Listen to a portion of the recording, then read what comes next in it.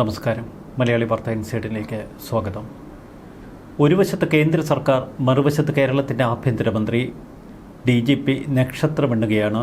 ED ഉദ്യോഗസ്ഥരെ ആക്രമിച്ച സംഭവത്തിൽ വിശദീകരണം നൽകാൻ കേരള DGPയെ ആഭ്യന്തരമന്ത്രി ഇന്ന് വിളിപ്പിച്ചു വരുത്തി. മറുവശത്ത് കേന്ദ്ര ആഭ്യന്തര മന്ത്രാലയം ശക്തമായ നീക്കങ്ങൾ തുടങ്ങി. ED ഉദ്യോഗസ്ഥരെ ആക്രമിച്ച കേസിൽ 8 CPM പ്രവർത്തകരെയാണ് ഇതുവരെ അറസ്റ്റ് ചെയ്തത്. എന്നാൽ അവിടെ തടിച്ചുകൂടി ആക്രമണത്തിന് പ്രേരിപ്പിച്ച മറ്റ് CPM പ്രവർത്തകരെ എന്തുകൊണ്ട് അറസ്റ്റ് ചെയ്യുന്നില്ല എന്ന് കേന്ദ്രം തിരക്കി. CRPF ഉദ്യോഗസ്ഥന്മാർക്ക് നേരെ കല്ലും കുപ്പിയും ഹെൽമറ്റും ഉപയോഗിച്ച് ആക്രമണം നടത്തിയ CPM പ്രവർത്തകരെ എന്തുകൊണ്ട് അറസ്റ്റ് ചെയ്തില്ല എന്ന ചോദ്യം കേന്ദ്രം ഉയർത്തുന്നു. മറുവശത്ത് കേരളത്തിൻ്റെ ലോക്ഭവൻ ശക്തമായി ഈ വിഷയത്തിൽ ഇടപെട്ടു. DGPയോട് ഗവർണർ കർശന നിലപാടാണ് സ്വീകരിച്ചിരിക്കുന്നത്. പോലീസിനുമേൽ അതിശക്ത സമ്മർദ്ദം. തുടർന്ന് കണ്ടാലറിയാവുന്ന 300 CPM പ്രവർത്തകർക്കെതിരെ കേസെടുക്കാൻ പോലീസ് തീരുമാനിച്ചു.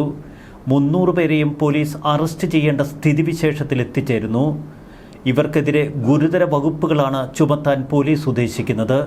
ചുരുക്കത്തിൽ പിണറായി വിജയൻ്റെ രക്ഷാപ്രവർത്തനത്തിനെത്തിയ CPM പ്രവർത്തകർ ഒന്നാകെ ജയിലുകളിലേക്ക് മാറുന്ന കാഴ്ച. പ്രവർത്തകരെ മാത്രമല്ല, CPM സംസ്ഥാന സെക്രട്ടറി അടക്കമുള്ളവരെ അറസ്റ്റ് ചെയ്യേണ്ട ഗതികേടിലായി പോലീസ്. മുഖ്യമന്ത്രി സ്ഥാനം ഒഴിഞ്ഞതോടെ പിണറായി വിജയൻ്റെ വീട്ടിലേക്ക് ഇരച്ചെത്തിയ ED സംഘത്തെ ഭയപ്പെടുത്തി ഓടിക്കാൻ ആരാണ് കുൽസിതമായ ആക്രമണം തെരഞ്ഞെടുത്തത്? ഒന്നാം പിണറായി വിജയൻ സർക്കാരിൻ്റെ കാലം മുതൽ കേന്ദ്ര അന്വേഷണ ഏജൻസികൾ പിണറായി വിജയനെ പിടിമുറുക്കുന്നത് നമ്മൾ കണ്ടിരുന്നു. എന്നാൽ ഒരിക്കൽ പോലും പിണറായി വിജയൻ താമസിക്കുന്ന ഇടത്തേക്ക് ED സംഘമോ മറ്റ് കേന്ദ്ര അന്വേഷണ സംഘമോ നേരിട്ടെത്താൻ മടിച്ചു. വീട്ടിലെത്തി ചോദിച്ച ED സംഘത്തെ ഇന്നലെ മാധ്യമപ്രവർത്തകരോട് സംസാരിക്കുമ്പോൾ പിണറായി വിജയൻ വിശേഷിപ്പിച്ചത് ഇങ്ങനെ വീട്ടിൽ കയറിയുള്ള പരിശോധന ED ആഗ്രഹിക്കാൻ തുടങ്ങിയിട്ട് ഏറെക്കാലമായി എന്ന്. വമ്പൻ പതനത്തിന് ശേഷം ആത്മവീര്യം ചോർന്ന നിലയിലായിരുന്നു പാർട്ടി പ്രവർത്തകർ. ഇന്നലെ രാവിലെ മുതൽ എൻഫോഴ്സ്മെന്റ് ഡയറക്ടറേറ്റ് സംഘാംഗങ്ങൾ 12 ഇടങ്ങളിലായി റെയ്ഡ് ആരംഭിക്കുമ്പോൾ പാർട്ടിക്ക് ശൗര്യം മടക്കി നൽകുന്നുവെന്ന തോന്നൽ പൊതുവെയുണ്ടായി. ഒരു വശത്ത് വിമർശനങ്ങളുടെ കൂരമ്പേറ്റ് തളർന്നു വീണ് കിടക്കുന്ന പിണറായി വിജയൻ, പാർട്ടി ജില്ലാ കമ്മിറ്റികളും ഏരിയ കമ്മിറ്റികളുമൊക്കെ എടുത്തുടുത്ത് വല്ലാത്ത പതനത്തിലാണ് പിണറായി വിജയനെ വേട്ടയാടാൻ എൻഫോഴ്സ്മെന്റ് ഡയറക്ടറേറ്റ് സംഘമെത്തി എന്ന വാർത്ത കാട്ടുതീ പോലെ പടർന്നു. വാർത്ത ഇത്രയധികം പ്രാധാന്യത്തോടെ സഖാക്കൾക്ക് മുന്നിൽ അവതരിപ്പിച്ചത് ബിനീഷ് കോടിയേരി. തുടർന്ന് നേതാക്കൾ ഒന്നടങ്കം ഈ വിഷയം ഏറ്റെടുത്തു. ഹൈക്കോടതി വിധി വന്ന മണിക്കൂറുകൾക്കുള്ളിൽ എൻഫോഴ്സ്മെന്റ് ഡയറക്ടറേറ്റിന്റെ ഇത്തരമൊരു നീക്കം പിണറായി വിജയൻ സ്വപ്നേപി കരുതിയിരുന്നില്ല. എന്നാൽ എല്ലാം മിനിറ്റുകൾക്കുള്ളിൽ സംഭവിച്ചു. പിണറായി വിജയൻ എന്ന അധികായനെ വീട്ടിലിട്ട് പൂട്ടി എൻഫോഴ്സ്മെന്റ് ഡയറക്ടറേറ്റ് സംഘം. മുൻ മുഖ്യമന്ത്രിയായിരുന്ന പിണറായി വിജയൻ EDയുടെ വീട്ടുതടങ്കലിലാണ് എന്ന വാർത്ത സഖാക്കളെ ഞെട്ടിച്ചു. ഇതിനു പിന്നിൽ കൃത്യമായ തീരുമാനവും അജണ്ടയുമുണ്ട് എന്ന് CPM പ്രവർത്തകർ തുടർച്ചയായി പ്രസ്താവന നടത്തി. തെളിവുകളുടെ അടിസ്ഥാനത്തിലാണ് തുടർ നടപടികളിലേക്ക് കടന്നത് എന്ന് ED പത്രക്കുറിപ്പിലൂടെ വ്യക്തമാക്കുകയും ചെയ്തു. നിർണായക മണിക്കൂറുകളാണ് മുന്നോട്ട് നീങ്ങിയത്. ഇതിനിടയിൽ ED സംഘം റെയ്ഡ് പൂർത്തിയാക്കി പുറത്തിറങ്ങുമ്പോൾ അവരെ ഏറ്റവും ക്രൂരമായി ആക്രമിക്കുന്നു. 3 വാഹനങ്ങൾ തകർത്തു. ഇതോടെ പ്രവർത്തകരുടെ ആത്മവിശ്വാസം വീണ്ടും ചോർന്നു എന്ന തലത്തിലേക്ക് കാര്യങ്ങളെത്തി. തിരുവനന്തപുരത്ത് പിണറായി വിജയന് സംരക്ഷണം ഒരുക്കാൻ എന്ന പേരിൽ തടിച്ചുകൂടിയ 300 പാർട്ടി പ്രവർത്തകരെ ഇപ്പോൾ പോലീസ് പ്രതിയാക്കുന്നു. അവരുടെ കുടുംബാംഗങ്ങൾ വലിയ പരിഭ്രാന്തിയിലാണ്. CPMോ LDFോ അല്ല കേരളം ഭരിക്കുന്നത്, UDFിൻ്റെ ഭരണ കാലഘട്ടമാണ്. അതുകൊണ്ട് സർക്കാർ ഇവരുടെ ജാമ്യത്തിനെതിരെ ശക്തമായി നിലയുറപ്പിക്കും. കേസ് കൃത്യമായി മുന്നോട്ട് കൊണ്ടുപോകുന്നതിൽ വീഴ്ച സംഭവിച്ചാൽ CBI ഉൾപ്പെടെയുള്ള ഏജൻസികൾ അന്വേഷണത്തിന് കേരളത്തിലെത്തും. ഇത് ഒരുപക്ഷെ കൂട്ടത്തോടെ CPM പ്രവർത്തകരെ തീഹാർ ജയിലിൽ അടയ്ക്കാൻ കാരണമാകും. പാളയം ഏരിയ കമ്മിറ്റി ഓഫീസിൽ ഇന്നലെ പ്രതികൾ ഒളിക്കുമ്പോൾ അവരുടെ ആത്മവിശ്വാസം നേതാക്കളായിരുന്നു. V ശിവൻകുട്ടിയും മറ്റ് തിരുവനന്തപുരത്തെ നേതാക്കളുമൊക്കെ തങ്ങളെ സംരക്ഷിക്കും എന്ന ധൈര്യമായിരുന്നു ആ പ്രതികൾക്ക്. എന്നാൽ മണിക്കൂറുകൾക്കുള്ളിൽ എല്ലാം ചോർന്നൊലിച്ചു. 2 യുവ IPS ഉദ്യോഗസ്ഥർ നെഞ്ചുവിരിച്ച് പാളയം ഏരിയ കമ്മിറ്റി ഓഫീസിന് മുന്നിൽ നിലയുറപ്പിച്ചതോടെ പാർട്ടി നേതാക്കൾ വിരണ്ടു. തങ്ങൾ കൂടി അഴിക്കുള്ളിലേക്ക് പോകുമോ എന്ന ഭയം. തുടർന്നാണ് പ്രതിപ്പട്ടികയിലുള്ള പ്രവർത്തകരെ കൈമാറിയത്.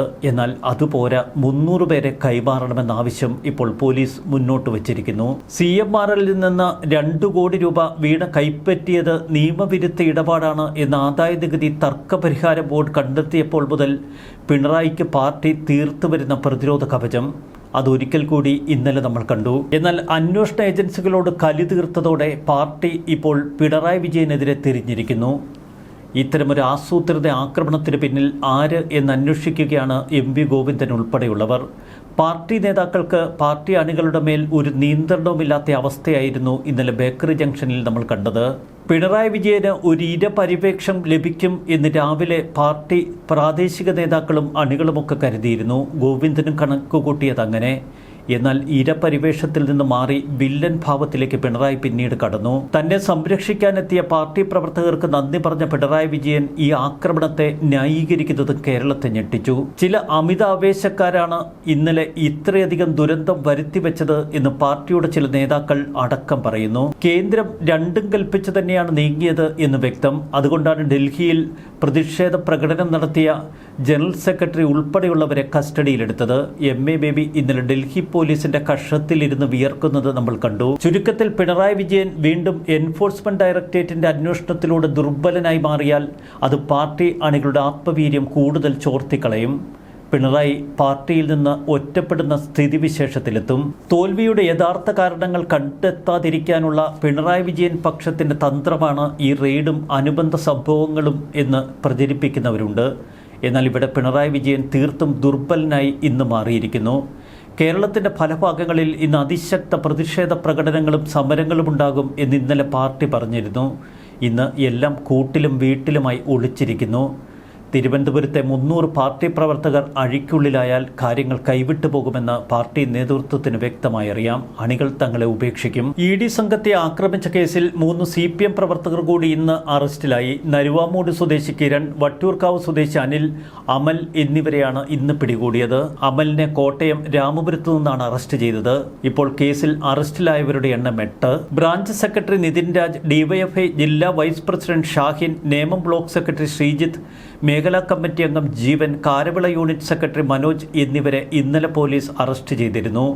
ഇവരുൾപ്പെടെ കണ്ടാലറിയാവുന്ന 300 പേരെ ഇനി അറസ്റ്റ് ചെയ്യേണ്ട ഉത്തരവാദിത്തമാണ് പോലീസിന്. വധശ്രമം, നിയമവിരുദ്ധ സംഘം ചേരൽ, ഗൂഢാലോചന, കലാപമുണ്ടാക്കൽ, കൃത്യനിർവഹണം തടസ്സപ്പെടുത്തൽ, അന്യായമായി തടഞ്ഞുവെക്കൽ, മനഃപൂർവ്വം പരിക്കേൽപ്പിക്കൽ ഉൾപ്പെടെ കുറ്റകൃത്യങ്ങളാണ് ഇപ്പോൾ പ്രതികൾക്ക് മേൽ ചുമത്തിയിരിക്കുന്നത്. പിണറായി വിജയന്റെ വീടിരിക്കുന്ന സ്ഥലം മ്യൂസിയം സ്റ്റേഷന്റെ പരിധിയിലായതുകൊണ്ട് അവിടെയാണ് കേസ് രജിസ്റ്റർ ചെയ്തത്. ED ഉദ്യോഗസ്ഥർക്കെതിരായ ആക്രമണത്തിൽ CPM പ്രവർത്തകർക്കെതിരെ മറ്റൊരു കേസ് കൂടി പോലീസ് എടുത്തു. പോലീസ് ഉദ്യോഗസ്ഥരെ ആക്രമിച്ചു എന്ന കേസ്. അതുകൊണ്ട് തന്നെ ഒരു തരത്തിലും ഇപ്പോൾ പിടിയിലായവർക്ക് ജാമ്യം ലഭിക്കാൻ ഇടയില്ല. ഈ കേസിൽ ഒരുതര വിട്ടുവീഴ്ചയും പാടില്ല എന്ന് ആഭ്യന്തരമന്ത്രി രമേശ് ചെന്നിത്തല DGPയോട് പറഞ്ഞു. ആഭ്യന്തരമന്ത്രി സംസ്ഥാന പോലീസ് മേധാവിയോട് വിശദീകരണം തേടി നേരിട്ട് വിശദീകരണം നൽകാനാണ് ആവശ്യപ്പെട്ടത്. സുരക്ഷാ വീഴ്ച സംബന്ധിച്ച വിശദ റിപ്പോർട്ട് സമർപ്പിക്കാനാണ് ആഭ്യന്തരമന്ത്രി രമേശ് ചെന്നിത്തല ആവശ്യപ്പെട്ടിരിക്കുന്നത്. പഴയ പിണറായി പോലീസ് ടീം തന്നെയാണ് പോലീസ് തലപ്പത്ത്. ഇവരെ ഉടച്ചു വാർക്കണം എന്ന് രമേശ് ചെന്നിത്തല ഇന്നലെ തീരുമാനവുമെടുത്തു. സിറ്റി പോലീസ് കമ്മീഷണർ കാർത്തിക് അവധിയിലായിരുന്നതിനാൽ റേഞ്ച് DIG ഹിമേന്ദ്രനാഥിനായിരുന്നു ഇന്നലെ ചുമതല. ഇത്രയും ഗുരുതരമായ ക്രമസമാധാന പ്രശ്നമുണ്ടായിട്ടും DIG സ്ഥലത്തെത്തിയില്ലെന്ന ആരോപണമുയർന്നു. ജൂനിയറായ 2 IPS ഉദ്യോഗസ്ഥർ പക്ഷേ കട്ടയ്ക്ക് നിന്നു.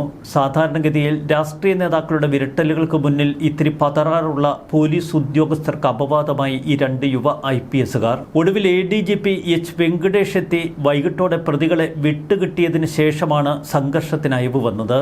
കണ്ണൂരിലും കോഴിക്കോടുമൊക്കെ വലിയ പ്രതിഷേധങ്ങൾ ഉണ്ടായിട്ടും അത് മുതിർന്ന പോലീസ് ഉദ്യോഗസ്ഥർ നേരിട്ടെത്തി പരിഹരിച്ചെടുത്തു. തിരുവനന്തപുരത്ത് കാര്യങ്ങൾ കൈവിട്ടു. തിരുവനന്തപുരത്തെ ഈ സംഭവം അഖിലേന്ത്യാ തലത്തിൽ വലിയ വാർത്തയായി. വീണ വിജയനിൽ നിന്ന് പിടിച്ചെടുത്ത ഫോണിൽ നിർണായകമായ പല രേഖകളുമുണ്ട് എന്നും ED കണക്കുകൂട്ടുന്നു.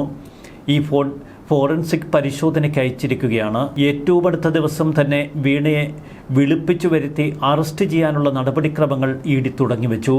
EDയുടെ അടുത്ത ലക്ഷ്യം ഇനി പിണറായി വിജയൻ. ചുരുക്കത്തിൽ ED സംഘത്തെ കല്ലെറിയാനെത്തിയ പാർട്ടി പ്രവർത്തകർ അടപടലം വീഴുന്ന കാഴ്ച.